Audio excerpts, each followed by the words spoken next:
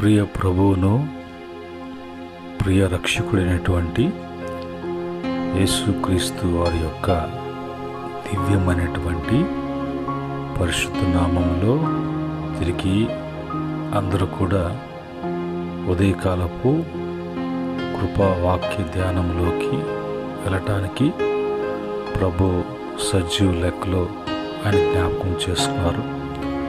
విడువని ఎడబాయినటువంటి శాశ్వతమైనటువంటి కృపను చూపిస్తూ ఆయన కలుగు చేసినటువంటి ప్రతి దాని మీద కూడా ఆయన కృపను చూపిస్తున్నటువంటి పరిశుద్ధుడైనటువంటి దేవాది దేవునికి కృతజ్ఞతాస్తుతులు చెల్లిస్తూ ఉన్నాను. అలాగనే ప్రతిరోజు ఉదయకాలం మందు కృపా వాక్య ధ్యానాలలో పాలుపంపులు కలిగి ఉంటూ వాక్యాన్ని ఆసక్తిగా వినటానికి, బలపడటానికి, అనుసరించటానికి మనసు ఉన్న ప్రతి బిడ్డకు కూడా ప్రభు పేరిట వందనములు, ప్రభు పేరిట శుభములు. ఈ సమయంలో ప్రియమైన దేవుని బిడ్డలారా, దేవుడు మనకై ఇచ్చినటువంటి కృపా వాక్యాన్ని మనము చదువుకొని ప్రార్థనాపూర్వకంగా మనము వాక్యాన్ని ధ్యానం చేద్దాం. ఉదయకాలం మందు ప్రభు మనకై ఇచ్చినటువంటి కృపావాక్యం కీర్తన 18వ కీర్తన 23, 24 చరణములలో ఉన్న మాటల్ని చదువుతున్నాను. దోషక్రియలు నేను చేయనొల్లకుంటిని, ఆయన దృష్టికి నేను యథార్థవంతునైతిని. కావున యెహోవా నేను నిర్దోషినిగా నుండుట చూచి తన దృష్టికి కనబడిన నా చేతుల నిర్దోషత్వం బట్టి నాకు ప్రతిఫలమిచ్చాను. పరిశుద్ధుడా, మహోన్నతుడా, నిత్య నివాసి, మీ మాటలను మాకిచ్చారు. అలాగనే వివరించి బోధించండి. మాకు నేర్పించేటువంటి ప్రభా బోధకుడిగా, మా మంచి నాయకుడిగా, మా మంచి తండ్రిగా వాక్యం ద్వారా బలపరచమని, స్థిరపరచమని, నీ దాసును పూర్తిగా మరుగుపరచమని యేసుక్రీస్తు నామములో అడిగి వేడుకుంటున్నాము తండ్రి, ఆమేన్. ప్రియమైన దేవుని బిడ్డలారా, ఇక్కడ భక్తుని యొక్క అనుభవం ఏంటంటే, దేవుడు ఆయన ప్రతిఫలము ఇచ్చేటువంటి దేవుడు. ఆయన ఎప్పుడు కూడా మన యొద్ద నుంచి ఆశించేవాడు కాదు, కానీ మనకి ఇవ్వటానికి, మనం తృప్తిపరచడానికి, మనము ఆయన యందు అన్నీ కూడా సమృద్ధి కలిగి ఉండటానికి ప్రభు అలాంటి ఉద్దేశంతో తన బిడ్డలను ఎప్పుడు కూడా ఆయన ఏదో ఒకటి ఇవ్వాలి, ఏదో ఒకటి చేయాలి అన్నట్టుగా ప్రభుకు ఆశ. అంటే సమస్తము ఆయన యొక్క హస్తగతంలో ఉన్నవి. అది అడుగుతూ ఉంటే ఇస్తూ ఉండేటువంటి దేవుడు. ఎప్పుడు కూడా ఆపటం కానీ, చెయ్య అని తీయటం కానీ ఏది కూడా ఆయన చేసేటువంటి దేవుడు కాదు. అయితే ఆయన ఎప్పుడు మనకి ఇస్తూ ఉండాలి, ఎప్పుడు కూడా మనకు ఆయన ఇస్తూ ఉంటాడు అంటే మనలో కూడా ప్రభు చూస్తారు. మనలో ఉన్నటువంటి మన యొక్క మనసు ఎలాగున్నది, మనలో ఉన్నటువంటి గుణ లక్షణములు ఏ విధంగా ఉన్నాయి, అందును బట్టి ప్రభు ఇంకా ఇష్టడుగా ప్రభు మనకి ఇవ్వటానికి ఆయన ఆశిస్తారు. అందుకని భక్తుడు అంటాడు, ఎలాంటి దోషక్రియలు నేను చేయటం లేదు. నేను చేసేది కానీ, నేను మాట్లాడేది కానీ, నేను చూచేది కానీ, ప్రవర్తించే దాంట్లో కానీ ఎక్కడ కూడా దోషము అనేది ఓడి కట్టుకోవట్లేదు. అదేది కూడా నేను చేయకుండా దేవుని దృష్టికి నేను యథార్థవంతునిగా ఉన్నాను. కనుక నా యథార్థత అనేది ఎట్లా కనపరచబడుతూ ఉన్నది, యథార్థత అనేది ఆయన ఎలాగ చూస్తున్నాడంటే, ఏది చేసినా కూడా అందులో నేను దోషమును తెచ్చుకోవట్లేదు. కొన్ని సందర్భాలలో మరి మాట్లాడుతున్నా, చూస్తున్నా, ప్రవర్తిస్తున్నా, జీవిస్తున్నా దోషములు తెచ్చుకుంటూ ఉంటారు. వారి మీద వీరి మీద చాడీలు చెప్పడం కానీ, లేదంటే వాళ్ళని విమర్శించడం కానీ, హేళన చేయటం కానీ, వాళ్ళని ఎక్కడో ఒక దగ్గర బాధ కలిగించడం కానీ, వాళ్ళ యొక్క నిరాశకు కారుకులేటువంటి వారు మనలోనే కనిపిస్తూ ఉంటారు. ఇవన్నీ కూడా వాళ్ళకి దోషాలుగా వాళ్ళు వెంబడిస్తూ ఉంటాయి. ఆ దోషాలు వెంబడిస్తూ ఉన్నప్పుడు వాళ్ళల్లో ఎలాంటి ఫలింపు లేనటువంటి నిర్జీవమైనటువంటి భూములు ఎలా ఉంటాయో, మోడు బారినటువంటి మరి చెట్లు ఏ విధంగా ఉంటాయో, మరి ఫలములు అనేది పంటలు లేనటువంటి మెట్టలు బీడు భూములు ఎట్లుంటాయో అలాగా జీవితాలు మారిపోతూ ఉంటాయి. కనుక ప్రభు దృష్టికి అతను యథార్థవంతుడుగా ఉన్నాడంటే ఎదుటివాడితో మాట్లాడినా ఏది చేసినా కూడా అవి దోషాలు తీర్చుకున్నట్లుగా నేను ఇప్పుడు కూడా చేయటం లేదు. కావున యెహోవా నేను నిర్దోషిగా నుండుట చూచాను. నేను ఆయన చూసినప్పుడు నాలో నిర్దోషత్వము ఆయన కనిపించింది.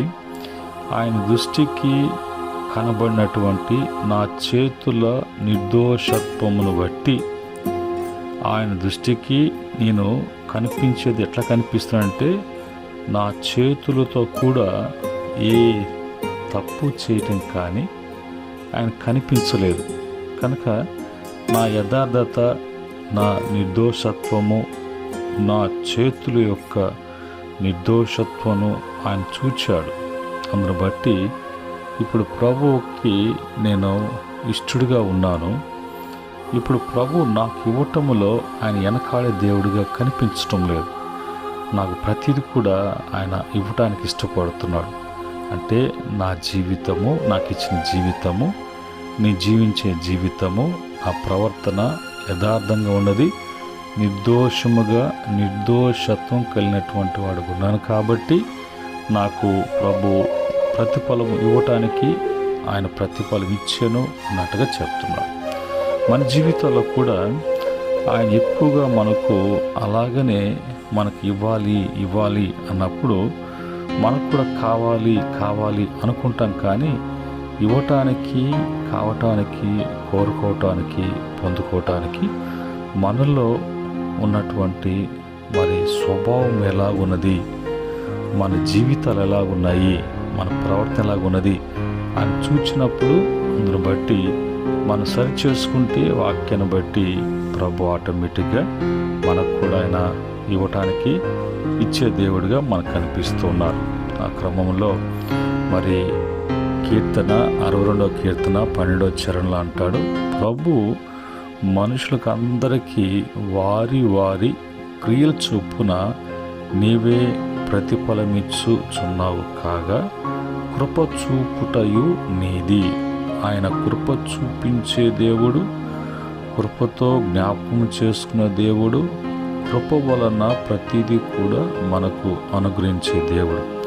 అది ఎట్లాగా ఇస్తాడు అంటే ప్రతిఫలముగా ఆయన మనకు ఇచ్చేటువంటి దేవుడు. అయితే మన యొక్క క్రియలు ఎలాగున్నాయి, మంచిగా ఉన్నావా, చెడుగా ఉన్నావా, మరి మన క్రియలలో ఉన్నటువంటి దాన్ని బట్టి ప్రభు ప్రతిఫలం ఇస్తాడు. ఆయన కృప చూపించేది ఆయనే.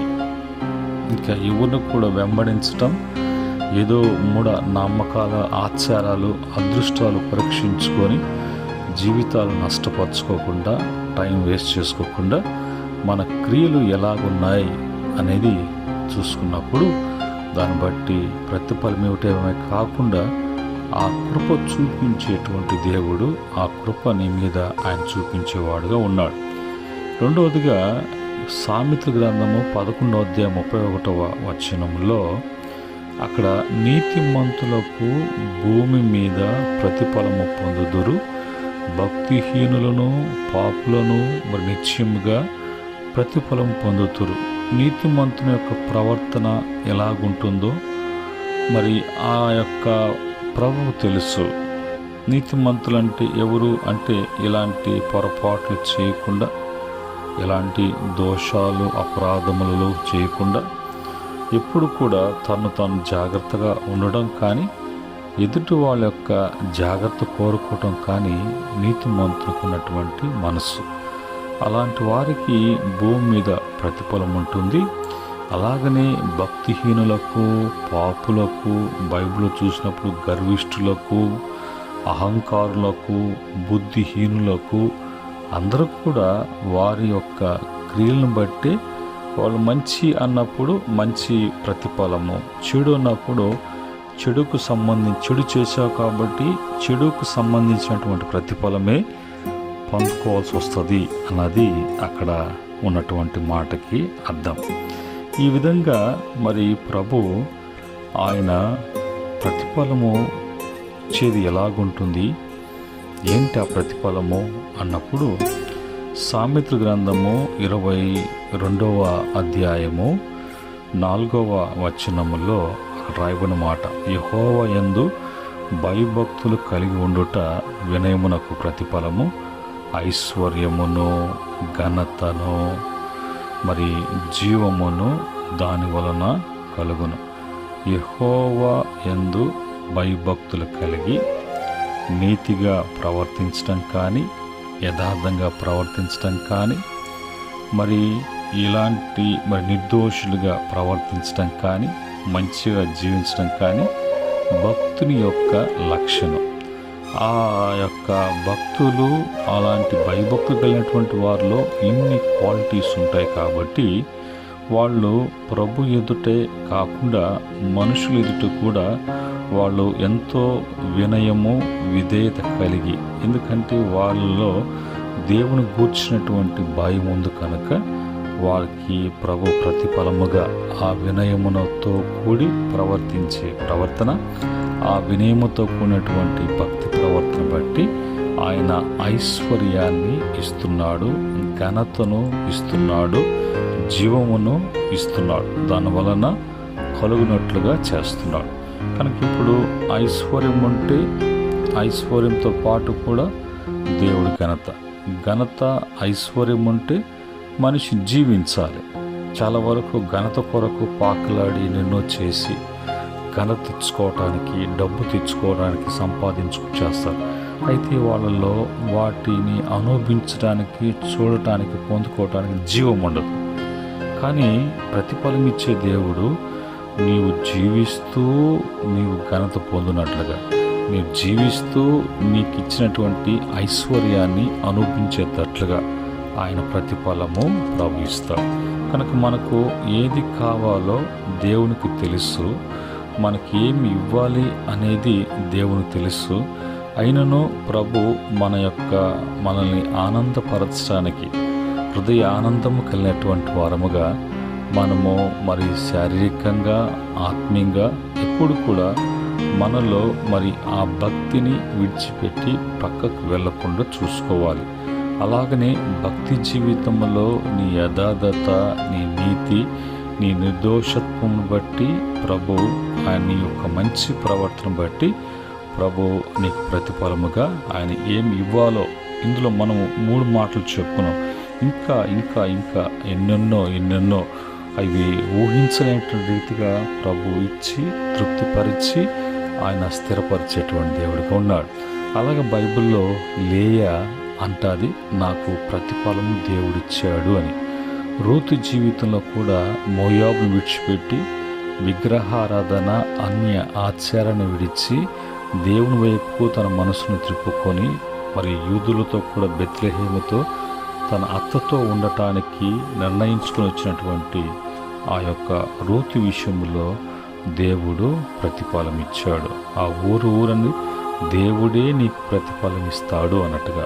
అలాగనే దావీదు జీవితంలో కూడా దేవుడు దావీదు హృదయానుసారుడు కాబట్టి ప్రతిఫలము పొందుకున్నాడు.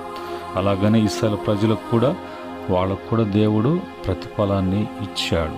అలాగనే బైబిల్లో స్త్రీ విషయంలో మరి 31 గుణవతైనటువంటి స్త్రీ, ప్రభు ఎదుట గుణవతైన స్త్రీ, ఆమె పొందేటువంటి ఫలము ప్రతిఫలము ఎలాగుంటుందో కూడా ఆ అధ్యాయములో మనం చూడగలం. ఈ క్రమంలో ప్రియమైనటువంటి దేవుని బిడ్డలారా, ఈ ఉదయకాలమందు ఆయన కృపను బట్టి మనకు తెలియచేసినటువంటి మాట ఏంటంటే, ప్రతిఫలము ఇచ్చే దేవుడు, మనకు ప్రతిఫలము ఇచ్చే దేవుడు.